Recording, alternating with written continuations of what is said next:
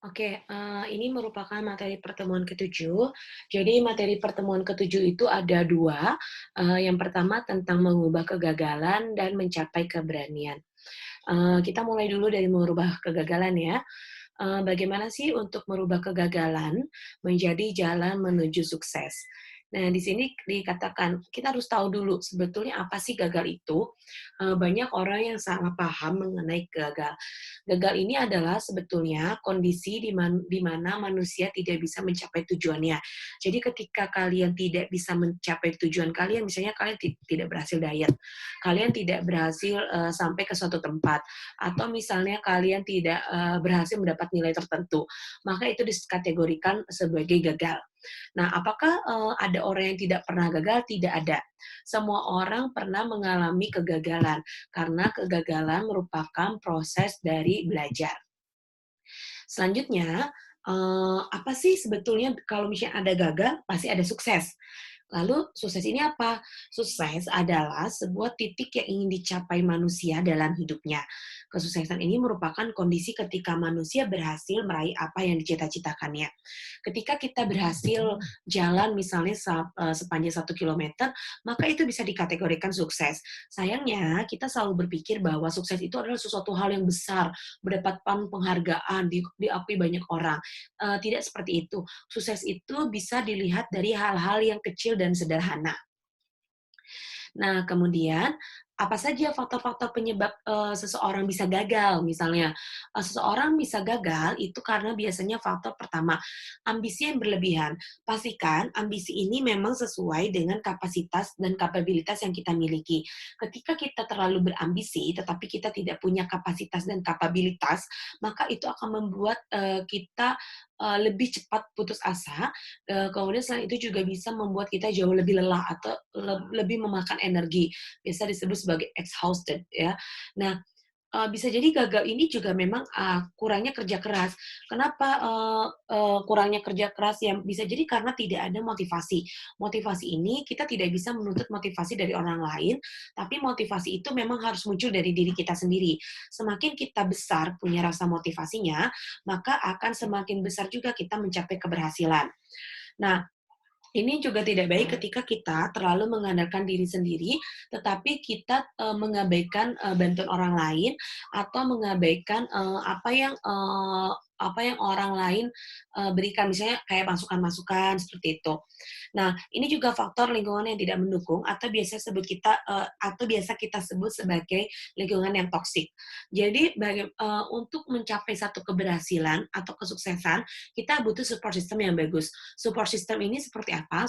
Support system ini adalah support system ini adalah, lebih kepada bagaimana caranya supaya kita bisa memiliki circle atau lingkungan yang baik, untuk memotivasi kita, menjadi lebih maju. Itu sih yang paling penting. Karena support system yang bagus akan memotivasi diri kita menjadi lebih baik. Makanya ada pepatah yang mengatakan, kalau misalnya ingin tahu seseorang, lihat temannya seperti apa. Biasanya seperti itu. Next, ada 2 tipe manusia yang berdasarkan ini tipe manusia ya, ada 2 tipe manusia. Pertama, tipe manusia ini berdasarkan, cara pikirnya terhadap kegagalan.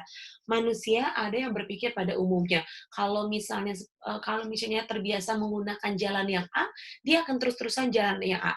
Padahal kita tahu ada alternatif, ada alternatif jalan. Orang yang berpikir, orang yang cara pikirnya terhadap kegagalan ini adalah, "Oh ya udahlah kalau kayak gini mah pasti saya gagal." Belum juga dicoba, tapi dia selalu sudah berpikir itu akan gagal. Ada juga manusia yang berpikir berbeda. Ketika kita berpikir terlalu out of the box, itu juga berbahaya. Kenapa berbahaya? Ketika terlalu berpikir out of the box, maka kita melupakan aturan-aturan atau kita melupakan kaidah-kaidah yang sudah berlaku pada umumnya, yang memang itu sebagai batasan supaya, kita tidak melakukan kesalahan atau kegagalan yang sama, seperti itu. Next, ada yang disebut, apa sih yang menyebutkan faktor yang menyebabkan seseorang gagal dan berhenti mencapai tujuannya?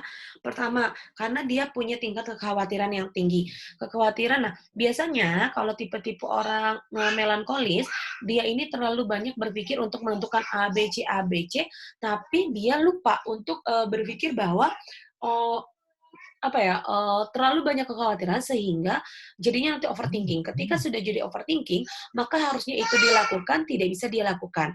Kemudian ada rasa takut juga. Nah, rasa takut ini seperti apa? Rasa rasa takut ini adalah lebih kepada tingkat kekhawatiran tadi, semakin tinggi tingkat kekhawatirannya, semakin kita punya rasa takut. Rasa takut ini adalah, membuat kita, sulit untuk bergerak mencoba sesuatu hal yang baru. Kemudian ada rasa kekecewaan.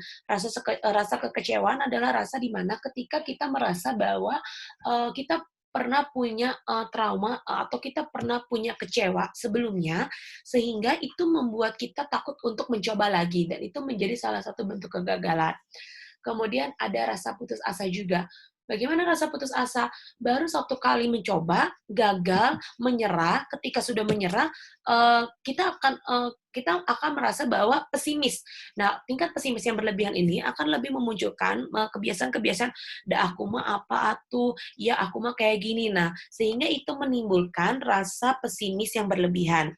Nah, rasa pesimis yang berlebihan ini seperti apa sih? Rasa pesimis yang berlebihan ini lebih kepada sebetulnya bagaimana cara, kita, eee, berkomunikasi terhadap orang lain, maksudnya bukan berkomunikasi ya, rasa pesimis ini tuh akan jauh lebih, mengeluarkan kata-kata negatif lebih tepatnya. Jadi, kita akan selalu bilang, "Iya aku mah emang nggak bisa apa-apa, iya aku tuh, orang yang nggak ngerti apa-apa, iya aku bla bla bla." Nah, kondisi-kondisi ini yang merupakan, seseorang akan jauh lebih cepat gagal dan sulit untuk mencapai tujuannya, seperti itu. Terus bagaimana untuk cara merubah pola pikir seseorang agar lebih positif dalam menghadapi kegagalan? Untuk, merubah pola pikir seseorang agar lebih positif dalam menghadapi kegagalan adalah mulai tanamkan, pikiran-pikiran bahwa sebetulnya nggak apa-apa kok kalau misalnya kita melakukan kesalahan dan itu gagal, wajar. Kalau gagal, coba lagi, kalau gagal, coba lagi. Kalau misalnya, lingkungan sekitar tidak mendukung, cari support system lain yang bisa membuat kamu menjadi bisa membuat kamu makin berenergi, bisa membuat kamu makin lebih berarti. Itu yang paling penting. Sehingga secara tidak langsung ini mampu menanamkan hal-hal positif dalam dirinya dalam diri kalian sehingga ini menjadi sesuatu hal yang bisa memotivasi kalian sebetulnya. Nah, kemudian, terus saya harus gimana untuk mengubah kegagalan ini menjadi satu kesuksesan? Pertama, setiap di balik kegagalan itu pasti selalu ada proses pengharapan. Proses pengharapan ini adalah lebih kepada, "Oke, nggak apa-apa saya gagal kali ini, nanti akan saya coba lagi." Nah, kondisi-kondisi seperti ini sebetulnya adalah satu bentuk pengharapan, satu bentuk proses supaya, eee, banyak kok yang gagal itu selain saya, banyak kok yang punya masalah itu selain saya. Berarti saya itu bukan satu-satunya orang yang bermasalah, bukan satu-satunya orang yang gagal.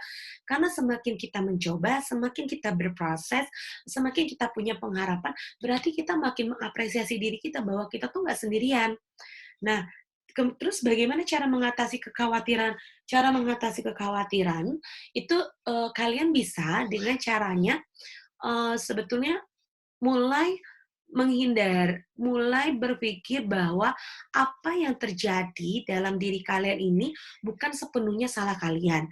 Apa yang terjadi dalam diri kalian ini atau apa yang terjadi kondisi yang selama ini, belum sesuai, itu ya bisa jadi memang belum waktunya. Jadi lebih berpikir bahwa positive thinking, "Ya udahlah nggak apa-apa." Sebetulnya, kalau ibu pribadi selalu berpikir, ya udah nggak apa-apa kalau mau bilang nggak apa-apa juga. Karena jangan, terlalu kita punya ambisi begitu besar, tapi kita tidak berusaha untuk, berusaha untuk memaafkan diri kita. Ini yang paling, penting juga, beranikan diri untuk melangkah. Kalau sudah gagal, punya khawatir, untuk sukses coba lagi, gagal coba lagi. Berapa kali orang gagal? Berapa kali ibu pernah gagal? Ibu sering kali gagal. Tapi itu tidak membuat ibu menjadi berhenti bergerak, berhenti terus berproduktif. Karena, semakin, kita berani melangkah, semakin kita belajar dari kesalahan-kesalahan kita sebelumnya. Kemudian tekun. Nah, tekun ini seperti apa? Tekun ini lebih kepada, kita harus punya konsistensi dalam melakukan segala sesuatu. Tekun itu adalah orang-orang yang konsisten mengerjakan segala sesuatu. Dia konsisten, kemudian Kalau dia kerjakan A, dia akan terus kerjakan A berturut-turut, meskipun mungkin di tengah-tengah dia akan merasa bosan, dia akan merasa jenuh, tapi dia berusaha memotivasi dirinya lagi bahwa saya untuk mencapai ini butuh proses, nggak apa-apa saya gagal hari ini, mungkin nanti ke depannya saya bisa. Terus dicoba lagi, dicoba lagi, dicoba lagi. Terakhir adalah introspeksi diri. Hal yang paling penting untuk merubah kegagalan kita menjadi satu kesuksesan adalah introspeksi diri kita. Sebetulnya kalau kondisi seperti ini terjadi itu karena apa ya? Oh, ternyata karena selama ini tuh saya terlalu ambisius atau selama ini tuh saya terlalu egois, sehingga kondisi-kondisi ini bisa, kalian ubah menjadi satu hal yang positif lagi ke depannya. Atau misalnya kalian susah untuk mengintrospeksi diri kalian, minta masukan dari teman atau orang yang sekiranya ketika memberikan masukan bukan kata-kata negatif yang keluar, tapi kata-kata positif. Sehingga kata-kata positif ini akan memberikan energi positif juga kepada kita, dan kita juga bisa dan kita bisa melakukan introspeksi dirinya justru ke arah yang lebih baik. Bukan jadi, patah semangat ketika nanya sama temen, temennya malah ngomong hal yang negatif. Bukannya malah introspeksi diri, kita malah jadi rendah diri. Jadi hati-hati memilih pertemanan, hati-hati memilih tempat bercerita. Oke, ini untuk sesi yang pertama tentang mengubah kegagalan. Kalau misalnya ada yang kurang paham, nanti boleh ditanyakan di kelas. Terima kasih.